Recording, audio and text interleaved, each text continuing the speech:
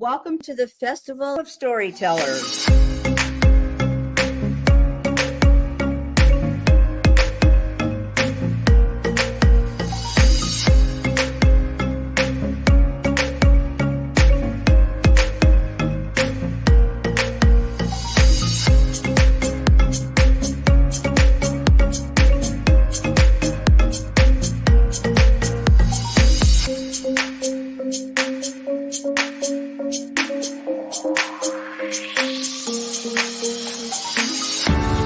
I can't tell you how excited I am to be on right now. It's been a couple of weeks of excitement getting prepared, and I've done a lot of things in my life, but this has got to be close to the top. Thank you, and Reader's Magnet, and thank you, John, for putting this forth and taking the chance on us authors in presenting this out to the world. I've enjoyed this immensely, Joanne. Ellie, so have I. Thank you for who you are, and thank you, Reader's Magnet. You all are beautiful, and you've worked so very hard, and we are blessed. We are. I thank everybody that's involved with this process, because we know writers need readers and writers need publishers. We thank Reader's Magnet and everybody that's involved. I love Reader's Magnet. They say, we share your stories with the world.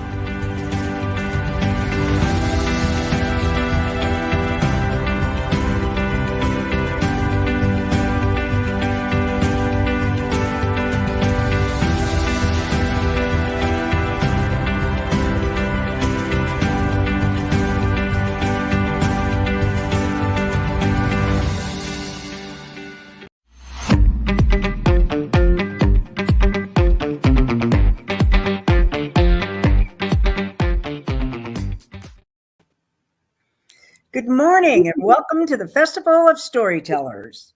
This is Chapter 3. I am Eleanor Gaccetta, Ellie, and I am here with Dr. Joanne White. Good morning. This is the third year of the Festival of Storytellers. Let me take a few minutes to introduce myself, and we're going to talk to Dr. Joanne today about her book, More Heaven. The Festival of Storytellers is just an incredible event, and we all know that everyone has a story to tell. We invite you to visit our authors' booths, where you can see our videos, our blogs. You can even buy our books. And on Monday through Friday at 11 Eastern and 5 p.m. Eastern, there are roundtables, which we welcome you to join and talk about the issues that might affect readers and might affect writers. And you don't have to be either. You can just join and enjoy the day. I am a Reader's Magnet author, and I have two books. And my first book is One Caregiver's Journey, which is a memoir about my 9.5 years of caring for my mother when she broke her hip at the age of 92 until the time she passed away in my home at the age of 102. And my second book is Generations of Good Food, which is a compilation of 200 recipes from my mother's Italian family.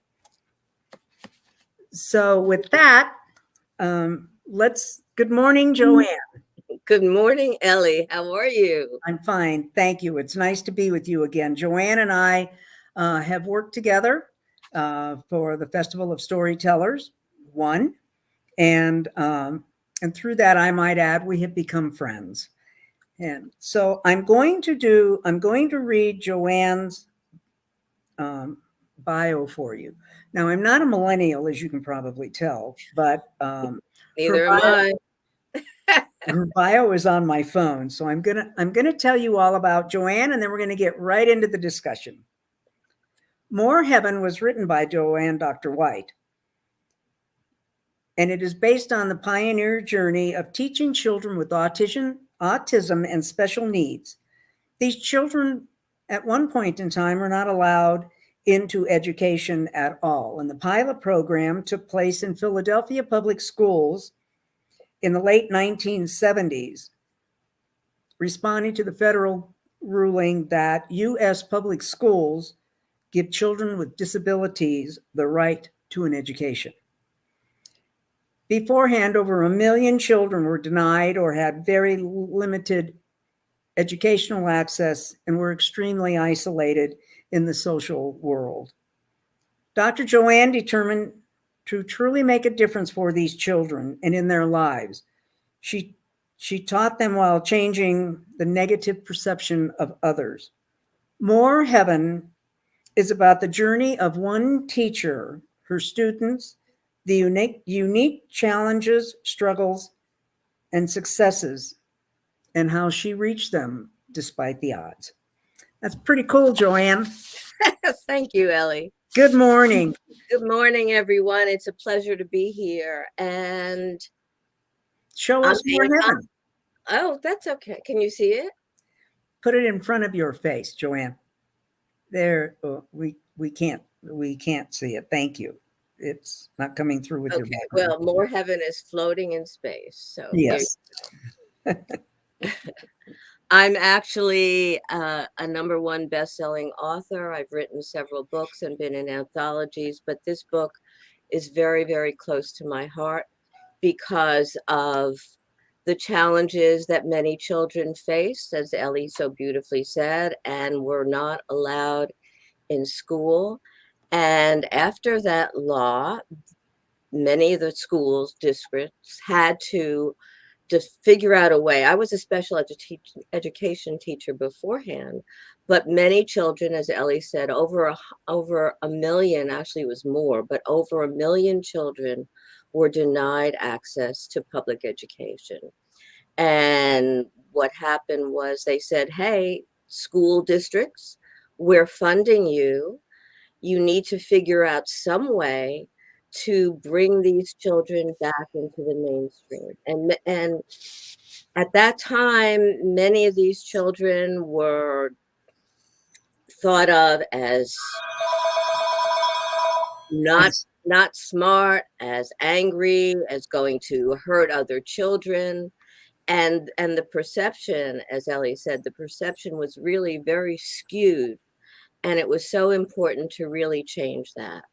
So fast forward in the late 1970s, I said I was ancient, and that's the truth. In the late 1970s, I piloted this program in Philadelphia. The first little girl was sent in a taxi because they were afraid to put her on the school bus, afraid that she would do something terrible to the other children.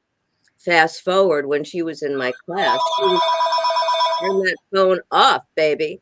When she was in my class, she was actually attacked at her bus stop because she was different. So there you go.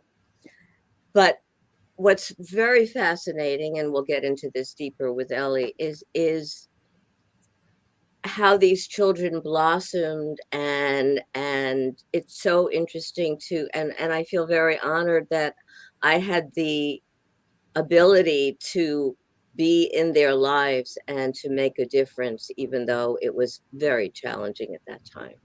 What inspired you to write this book? I know it's based on a true story, and I guess I'm going to ask two questions in one.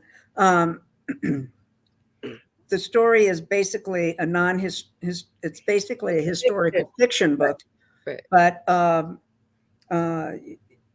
and I can understand that you would choose to change the names of the students and the names of a lot of the others that are in the book. But what inspired you to write it?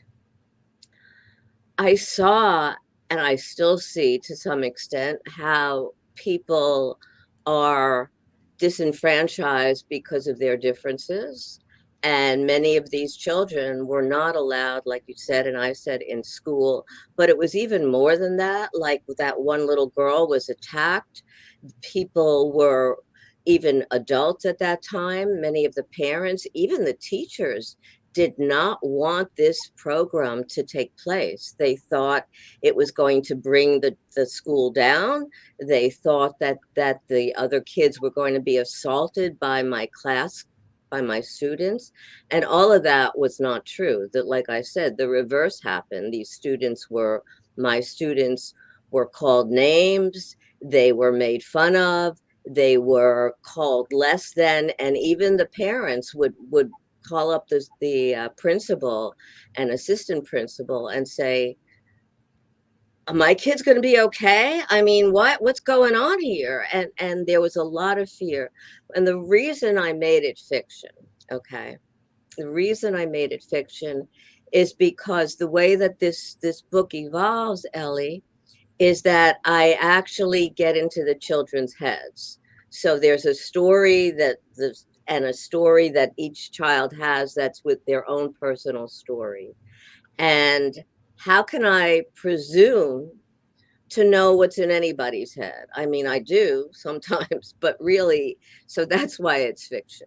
Okay. So, what is so different about? So, for 30 years, 40 years, we've had this program where these children are allowed to attend school. Um, of all different, and not just strictly autism, but all forms of special needs. They're allowed to attend school. And what has changed today? Because many of them are still bullied.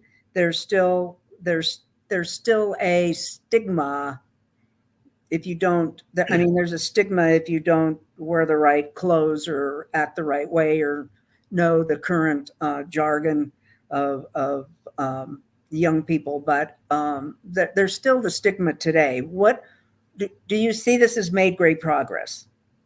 I think progress takes time. I see that again, we're talking in that one school with the parents, with the students, with the professionals, and I saw changes.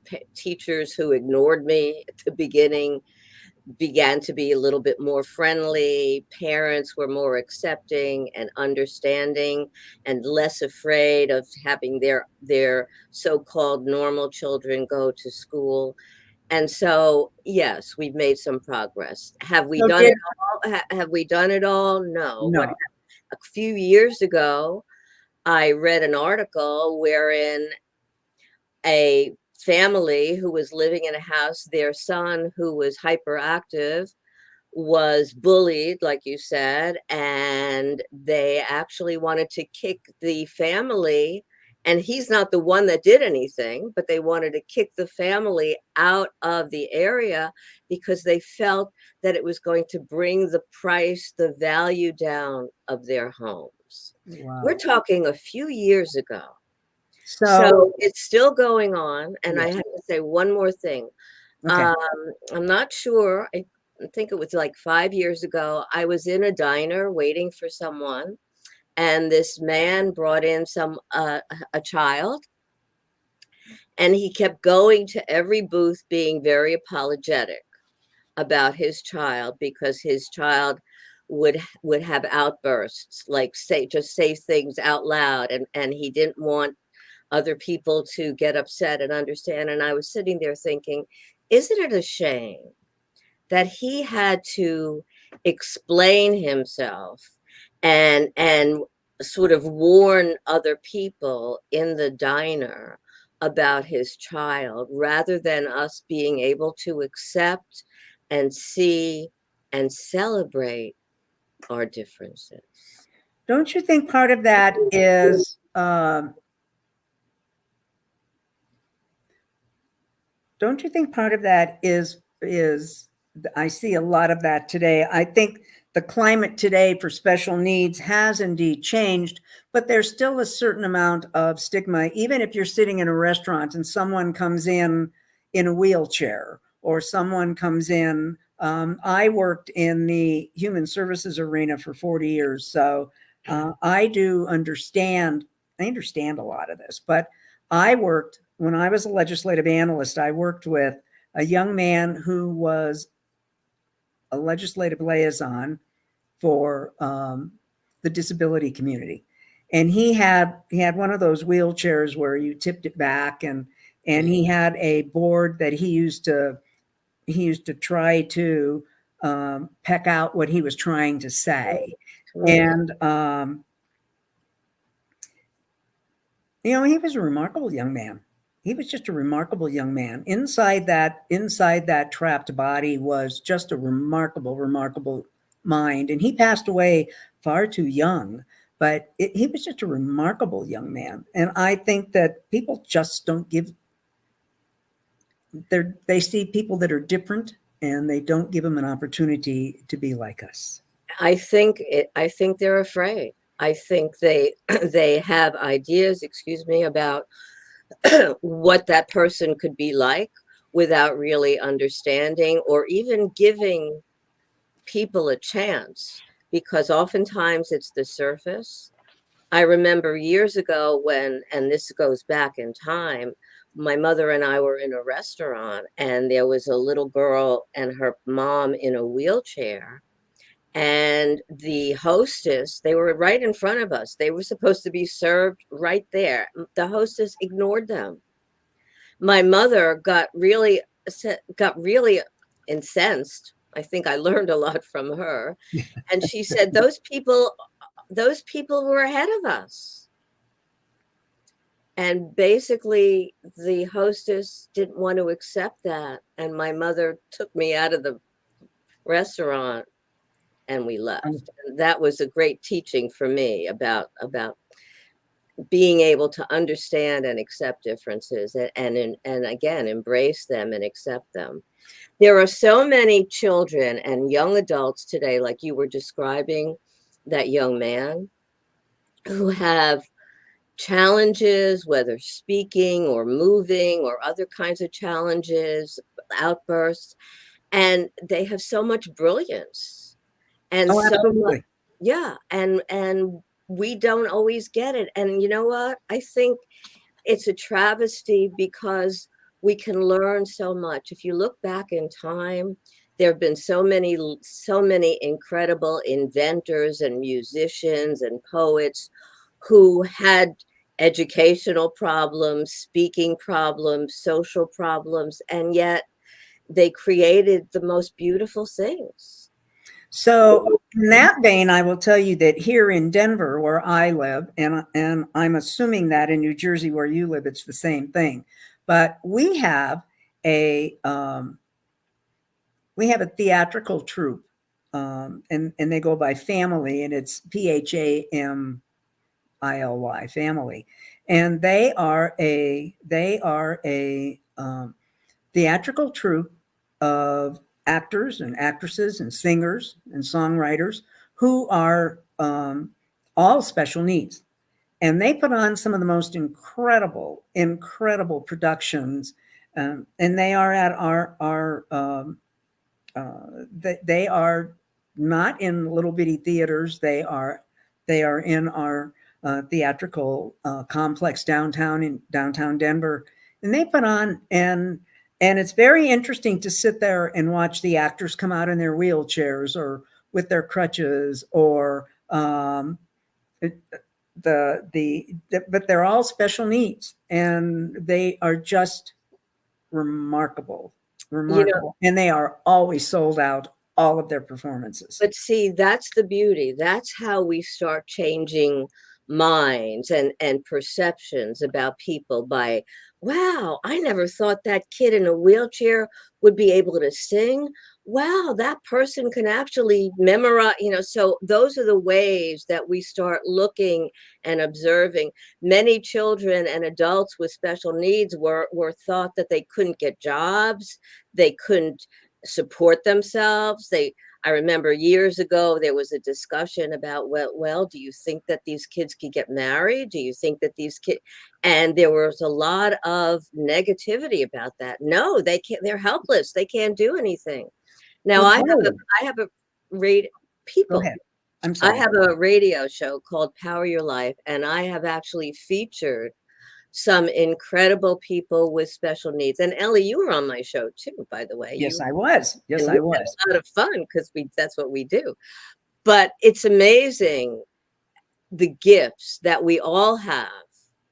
They may not be obvious. And oftentimes, if we overlook people because of their race, of the way they speak, of being in a wheelchair, we're missing out on so much beauty and so much wealth that we have in our society. So recently, within the last 5 or 6 months, I would say there has been a push to on the in the general media. So one of the biggest programs that is now, well, it's being offered to some of our major corporations, and they are actually taking advantage of it. Is the mind of many of the autistic, not even children. They have graduated college. They have graduated college. They've graduated high school. They're young adults, and they are now doing what's generally considered boring, repetitive jobs in many of the major companies, going through, they have this innate ability to go through reports, line after line after line, and find what's wrong. And they can do it mathematically. They just have incredible minds, and they're making wonderful livings. If you're talking about not being able to make a living, and yet their parents still bring them to work every day and pick them up from work every day because they may not drive. But they go in and sit at that desk and look at that computer, and they can work all day long, where someone else would just go nuts because all they're doing is repetitively looking at the same thing. But they can find the errors. They can find what's wrong. They can find why the programs don't work. You know, I had a client that I was coaching, and her son was autistic, and he was a young adult. Her computer broke. He actually built it by scratch, a computer for her. I mean, you saw my technical skills a little while ago, but and he just was brilliant. There was someone in my class years ago who he would be able to tell you directions to anywhere. I mean, like, his memory was incredible. Once he was somewhere, he could redirect you, and better than you and I could. So they have many gifts that, again, that were overlooked. And there are many children with special needs that have been, well, young adults, I'll say, that have been hired by Disney to do some of the background work. And so when we decide that we have to give people a chance, and I'm not just talking about special needs, I'm talking about all people, we can actually be pleasantly surprised that when we give people a chance, they can prove to us that, wow, we did the right thing. And that also, by not giving people a chance, we are the ones that are losing out, because we could see and create so much more beauty and talent and richness in our society, in our world, if we just embraced all of our differences. So what at that particular time, what were some of the supports that were given to the program as it was at its inception, other than financial to the school districts? What was there? Were there any props? I guess is a terrible word, Initially, but to students or teachers. initially, I had no help. And if I needed to go to the bathroom when I just had one or two kids, I would have to take them to the bathroom or just decide not to go. So initially there was nothing. Again, we were ignored. It was like, better not to be seen. After that first year, we opened up 2 more classes in the school, and I finally got an aide.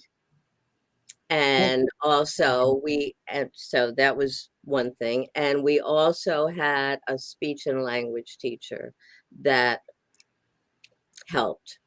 So the kids would be once in a while be able to, she was a therapist, once in a while be able to leave the class and meet with her individually for a little bit of time to work on some of their language challenges. So today, many of these students in our school systems come to school with their own aides. Right. And So what And kind they of, also have, I and know they're, the answer to wait, wait, some. wait, and they're all today. There are also a heck of a lot more programs. You could have a Yes, speech and yes, language yes, therapist. You could yes. have a physical therapist, like you said. You could have an aide. I mean, there's a lot more because we're opening up a little bit more to the needs and thinking. And this, I think, this is important, that if we help these children grow in different areas where they're more challenged, we're giving them more of a chance for success, and they can help out us in the long run.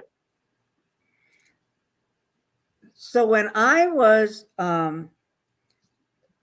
in one of my lives of working in the government, one of my assignments was to work in a budget office, and um, we as a human services entity, as the state human services entity, hired a lot of special needs people, and they gave us a young woman to answer the phones in this particular area that I was working in. And she did a wonderful job answering phones, and she was able to move calls around, and she was able to take messages, and she was able to do, it was remedial work, but it was something that really helped the staff. Where it became an issue was her hygiene was very poor, and she needed assistance in going to the bathroom, and and she was much bigger than I am. I'm like you, I'm small. She was much bigger than I am. So the one day that I was tasked to help her, I had no idea how to get her out of a wheelchair. I had no idea. I had no idea how she could maneuver herself, and she couldn't maneuver herself. And and I just asked not to be able to do that. But people were very put off by her very poor hygiene, and it was a tough, it was a tough 6 7 months that she did an incredible job, but she had some real challenges that really nobody knew how to address. It's a shame because somebody could have. There could have been some person who would take her aside and talk to her and help her with her hygiene, and maybe make a difference, and that's important. I want to tell you something, because when I first started to write, and I don't mean creative writing, I mean, the ABCs or whatever, um, you couldn't read it. The only way you could read it was to hold it up to a mirror. Okay. So basically, my teachers thought there was something really wrong with me, and maybe there is, but but the point is, again, when you're different, I mean, that eventually that worked out, but I had a stigma that I had to work through, because they told my parents I wouldn't amount to anything. They made me feel like I was really stupid and embarrassed, and I learned differently. I still learn differently. I remember going for my PhD, and we had to learn statistics. Okay. Lovely subject for many of us. Okay. But I was really confused. I would have to go after the professor would be telling us how to do it. I'd have to go back to the answer and work my way backwards to be able to figure out how to do it, and then be able to go forward. And I even had to get a tutor, and I'm embarrassed to say that. And I said to that person, "Oh my God, I'm like going for my PhD." And she said, "Joanne, a lot of people have to do that. It's okay." Because I again, my brain is just different. But when we accept differences, I mean, it's so important to be able to recognize that there's so much more than somebody's disability or somebody's challenge, and we need to accept it. You were talking about that one young woman in your office. I've been talking to people. There's this one woman, I'm not going to mention her name, but she's an autistic savant. Okay, so she's very, very bright, very artistic, very much into science and mathematics. And she went to visit her parents in a new place, and a new home, not the home that she was born in. And she said to her parents, I remember the bathroom in the old place. They said, how could you possibly? You were a baby. Now, she was put in the bathroom because for whatever reason, that calmed her down when she was having her outbursts. It wasn't to punish her or anything. She must have been like 6 months old or 8 months old. Ellie, she was able to tell her parents exactly what was in the bathroom in terms of, I mean, could you imagine? No, I can't Isn't that imagine. incredible? I mean, that's incredible. Wow. I can't even remember my bathroom today. No, Well, I can't. That I can't. I'm joking. I know you are.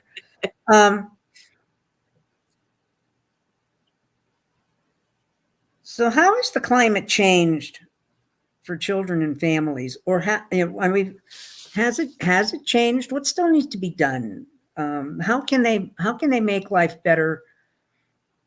And we live in such an upside down world as it is. How can you make life better for someone whose existence in our mind is already upside down? I think it's about giving people a chance. I think it's about believing in them and recognizing that just because what we're seeing is a limitation, it doesn't mean that behind that is so much more. And I think that that's important. We often are blinded by somebody who speaks differently. Even, I mean, today, look at some of the other ways that people are discriminated against in terms of gender, in terms of race, in terms of religion. We are not really looking at the whole person and recognizing that every one of us, and I believe this wholeheartedly, every one of us has gifts and talents that we can share with others if we're given a chance, if we can have ways to bring that out and to discover them and to utilize them. So I think more needs to be done. And the first thing is about acceptance, giving people chances, letting people be who they are without initially labeling. We have so many labels, and really being able to set aside our preconceptions and determine how important it is to really recognize people for their fullness, their all that they have. Because sometimes you and I could be sitting here and I'm looking at you and I don't know, well, I do know who you are, but but just by looking at you, I may have all this ideas, well, whatever. And you may look at this room that's not mine, this background, and think, wow, she's a millionaire. Well, that's not mine, by the way. But that's not true. I had to get that in. Yeah, I knew you would. So I know you well enough to know you would. So we have a question from Frank, and Frank wants to know, how many opportunities do you give these people, and when do you cease giving them opportunities? And I'm going to say to Frank, and you don't have to answer it, but think about it. How many opportunities have you been given in your life? How many mistakes do people make? Raise your hand if you've made at least 5. Ellie? Okay. Do I stop giving you a chance? No. When okay. So but that's you. That's how you're wired. So the normal person may not be the normal person. More than likely is not going to be like your mother and take you out of a restaurant because someone is ignoring someone with special needs. How many people do you think would stand up and say to that waitress or that hostess, these people were here before us. You seat them and you take care of them the same way you would me, without feeling like, oh my God, the rest of these people in line are looking at me and, oh my, I wouldn't think twice about that. You wouldn't think twice about that. But how many people would just as soon say, oh, excuse me, I'm going to go around you so I can go get seated and you can sit here and wait for somebody to come. I've even had that happen waiting online in a supermarket because somebody was slower than the person behind them, and they were impatient, and that person that was in front of them was an elderly person who actually just was moving a little bit slower, but that impatient gentleman couldn't care, and he just bumped right in front of her and moved forward. So I don't know the number of, getting back to that question, Frank, I don't know the number that you give people, the number of chances, but I think it's important that we don't stop. That let's say we give somebody a chance in one arena and they don't make it, do we say, okay, that's it?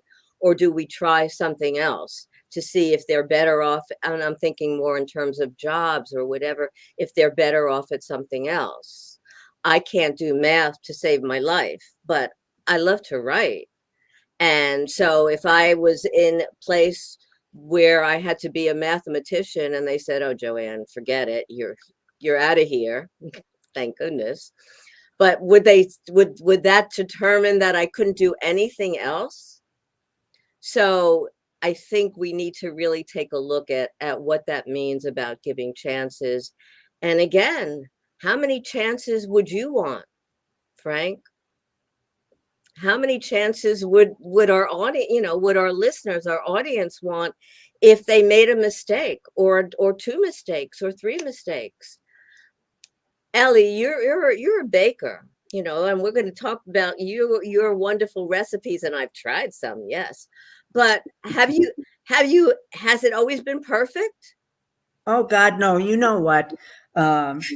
Oh God, no. We have a joke in my family that at least once, maybe more, but once that we're willing to admit, let's put it that way, during the Christmas season when we are baking for the multitudes, we have a recipe that just fails, and you take it out of the oven and you look at it and you pull the garbage can out from underneath the sink and you just dump it.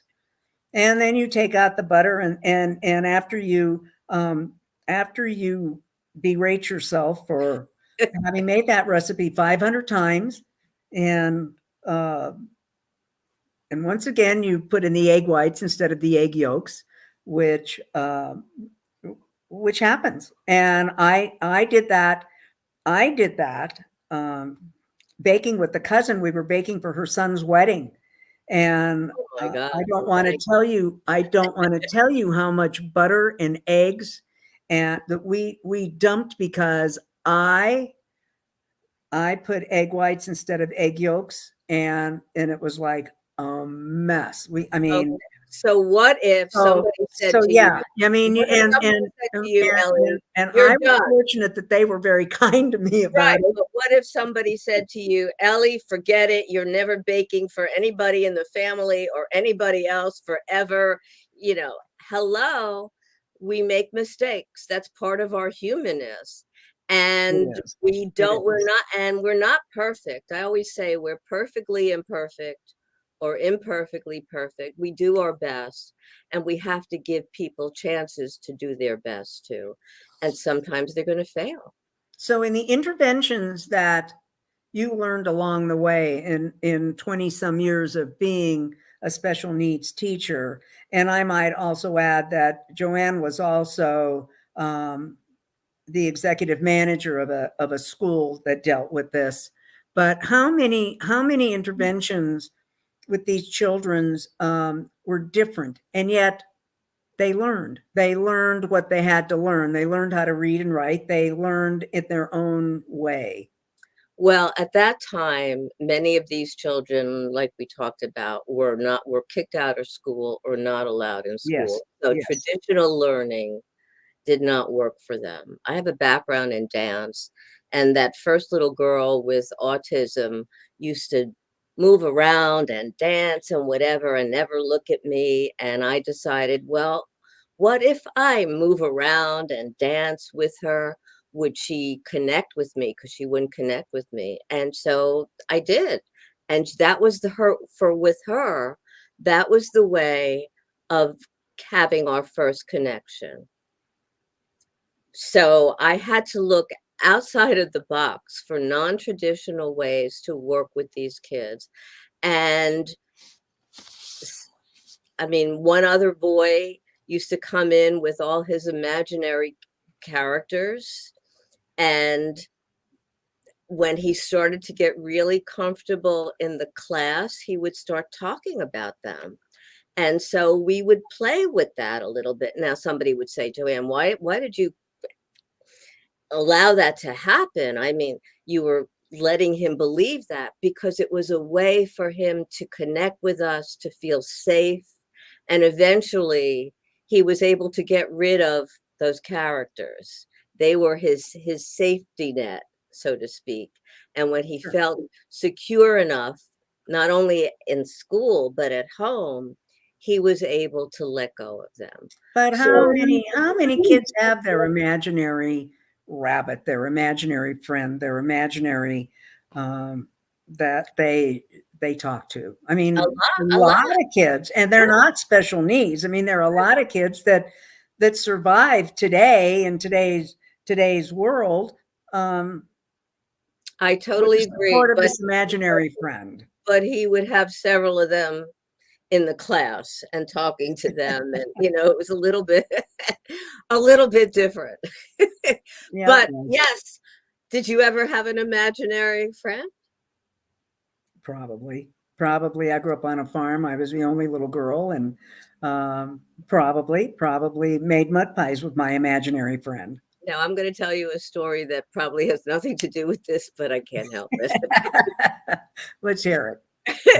So I was once working with a client, and her little girl was able to see dead people, ghosts. They would come to her because she was one of the few people that could see them. Well, it really frightened her. She was young. She didn't understand it. And I said to her mom, you need to tell her, because her mom was able to have those kinds of whatever.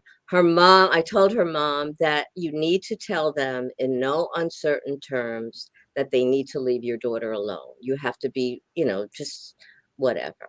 So she brought her daughter into counseling, and she said, tell Joanne where they went. And the little girl said, they went on a long vacation and they're never coming back.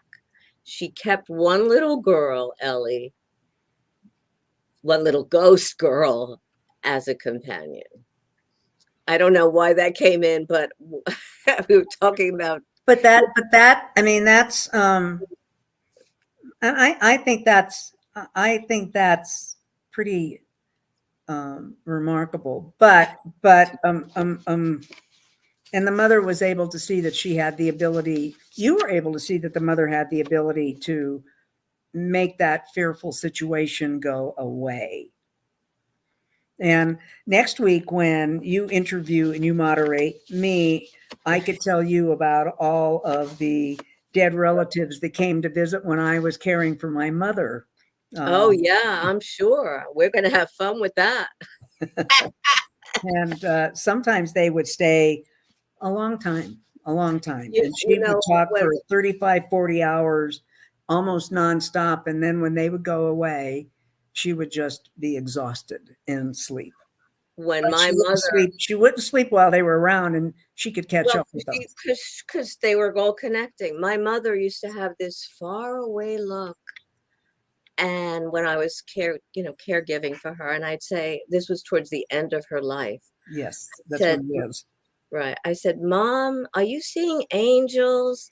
Her face would all light up. And yeah, she was. She wasn't able to talk that much at the time, but you could see that there was a real connection, and she was loving it, Ellie. She was enjoying it. Yes. Yeah. And they have a way of doing that. We have Lourdes. Can you tell us how much time we have in our 20 hour, minutes. dear? 20 minutes. Well, that was 5 minutes ago, I think. About 15 I think minutes. we've got a few minutes. What I'd like to do is maybe switch gears and give some gratitude to talk We have about Reader's Magnet. We have about 15 minutes. Okay. Okay. I'm looking at my clock. Oh, okay. Thank you. We have we've been given this opportunity by Reader's Magnet to have these 2 hours to share our stories with the world, hopefully with the world, and to be able to talk about events in our lives. And the Festival of Storytellers is just a super way of allowing authors of all genres and authors of all ages to tell where they've been in their lives. And I think it's a remarkable event. I think it's remarkable that you and I get to talk about our books, and we get a whole hour to talk with each other and to talk about our books. And More Heaven is just the epitome of what Reader's Magnet is all about. It's about sharing your story with the world. It's about telling people where you've come from and how the events of the 1970s that Joanne experienced still relate today. Joanne? I was listening. I know you would. I know you would. I mean, the events, your events still relate today, and we have this great opportunity.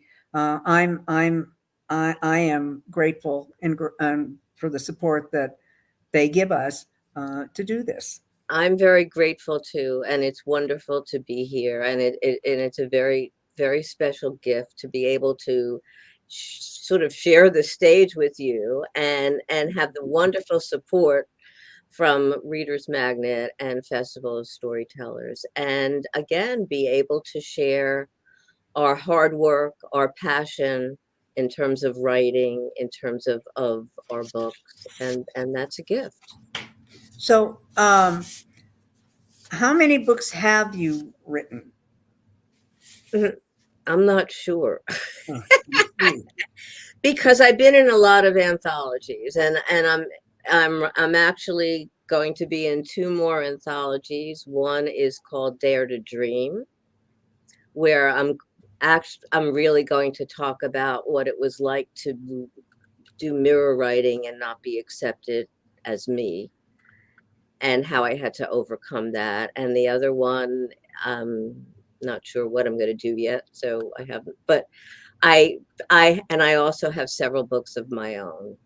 And for those of you who don't know what an anthology is a book that is a compilation of stories by a number of authors. And so presumably each author would write a chapter in this book, or perhaps 2. No, it's usually a chapter, and each author sort of has a little bit of a platform.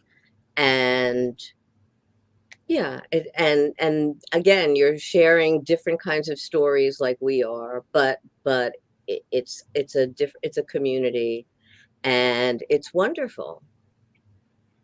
So we had a chat, but it went away. So hopefully Ginny's chat came and went. So there it is. I want to chat. I remember. Thank you, Ginny. Ginny has said, and we'll give me a sec. Ginny's comment is, "Oh wow, I remember you two beautiful ladies, and it's so great to see you." Thank you, Ginny. We're join us again next week. Thank you so much. Same time, same station. We're grateful to work together. Joanne and I have developed a friendship through the Festival of Storytellers. Isn't that wonderful when you could do something that seems like business, and then suddenly not only is it business and being able to share your heart, but to meet people. And I just met somebody very special today from Reader's Magnet who I feel we could be friends with and support one another. That's, again, that's an incredible gift. You I know, think, I think so too. Brian said, "Hi, Ellie and Joanne. Would you have tips that you can share with authors who haven't started writing a book yet?" start, Boy, start. start. Yeah, start. Here's the thing, okay, because and I'm going to be talking about this on Monday a little bit about writing. So when we're doing the moderation, The moderation, roundtables, the one of round the table, right, roundtables. Yes. right. But I think so often people say, "Oh, I have a book in my head. Oh, and yeah, we probably do, but nobody's going to see it. You're not going to see it No. unless you put it on paper." And then somebody else says, "Well, I mean, I'm working with someone else who's writing a book, and she said I keep getting stuck because I keep going back to edit it." I said the worst thing you could do while you're writing Just to go back. is to edit. Yes, I edit a million times, but not when the creative mode is there so that I'm just able to access that. So, We're going to be talking Jay, about this on Monday. before I uh, Jay's before we address Jay's question of what's the one thing that would make us that I would give up to become a better writer. Give up?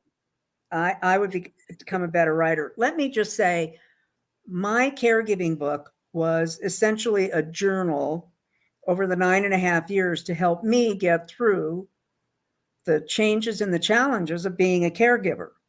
And I really did not intend to make it become a book.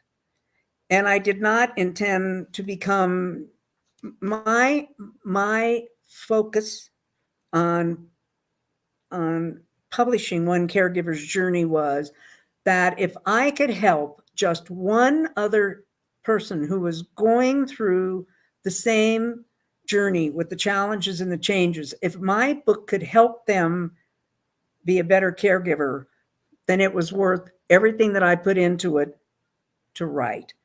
What was the one thing? I don't know if I'd give up anything to become a better writer. No, I don't I'm not going to write any more books. Well, I am, but I'm not giving up anything. But here's the thing. More Heaven started out as a journal too. I mean, I would be getting thoughts about these kids, and I'd also have to figure out, well, am I doing the right thing? There was a lot of questions. I couldn't turn to anybody for support. I had to figure a lot of this out by myself. And at the time, even doing dance or movement or whatever was totally not acceptable in the school system. So writing in the journal is a beautiful way. And again, I love what you just said, and I believe that too. If we can just change somebody's life, if somebody could be able to feel better, feel more confident, learn something, get love or support through what we're writing, how beautiful that is. How I think so too. wonderful. I think so too. And here again, I think that Reader's Magnet, through this particular forum and with people watching us and people remembering us, they're just dedicated to the exposure and promotion of authors. This TFOS 3, which is the Festival of Storytellers, Chapter 3, is like the first two, and that is Reader's Magnet. Reader's Magnet sponsors this event for authors, to give authors the opportunity to expose our works and ourselves, and not necessarily. It's not the in-person book fair where everything is dedicated to the publishing company. This is for us, and this is about us. It's a different spin because it's about celebrating the authors and giving the authors the voice to be heard and to share their works and to create more of a community around that. And Reader's Magnet, that's a beautiful thing. And if anybody out there is thinking about writing a book, or you think you'd like to put your your life story, your thoughts. You have imaginary friends that you would like to put into a story. They're your go-to place to find out how you can do it. We're all in this. We're all in this together. Alice says she loves listening to us, and she's really looking forward to watching more about the two of us, especially our books and our life experiences. That's what this is all about, Alice. Please join us again next Sunday when it will be my turn to talk about my two books. We have Alice, thank you. Actually, we're talking about them both anyway, but that's how anyway. we are. Yeah, That's what we do. That's what we do.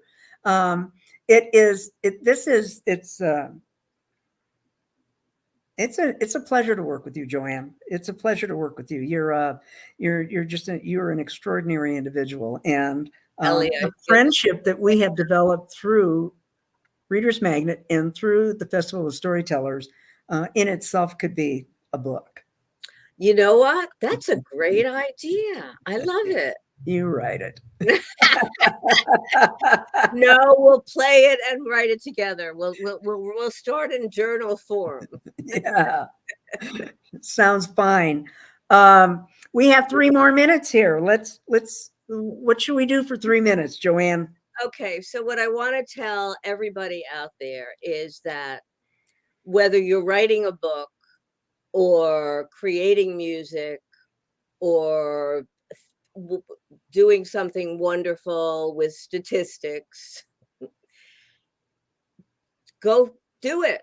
Don't hesitate. Move forward with your dreams, your passions. Don't let anyone tell you you can't, you're not worth it, and you wouldn't be able to do it. Surprise them. And again, if you look through history, there have been so many people who were told, you're not going to make it. There's something wrong with you. You won't be able to. And we have some incredible things in our world, gifts, whatever, the airplane. I mean, so many things, because people just did not pay attention to that, to those naysayers, and said, you know what?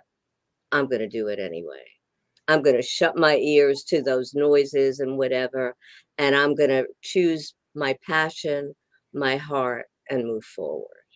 I think that's exactly right. And whether it's writing or reading or baking or statistics, or if you're a mathematician or whatever you are, be the best that you can be. Be the best that you can be, and give it your all, and reap the benefits and the rewards of what this world has to offer. And I know that we live in a world that is pretty crazy, mixed up, goofy right now. But you know what? You be the change you want to see. And that's something that that's something I preach religiously. Be the change you want to see. And gratitude is the new attitude, as you well know. And we both live that. By the way, one thing I want to do in our friendship is come over to your house one day in your state and sample those wonderful treats from your cookbook. How about that? You're welcome anytime. and this my background is my house. So well, I sort of let's see where we can come live here. Brian says you have a beautiful piano. That's really, it's not mine, Brian. This is the background. Yes, I play it religiously. I said the same thing, Brian. I asked her if she played because my piano's in the other room. Keith Lee said that he has enjoyed today's session, and he will surely tune in next Sunday. Thank you, Keith. Thank you so much, Keith. So much appreciate that. And Ellie, I appreciate you and Reader's Magnet. Thank you so much for having us and for letting us share our story with the world. Right. And for that, we've taken up an hour. I thank you so much. Thank all of you for joining us. We hope to see you next week.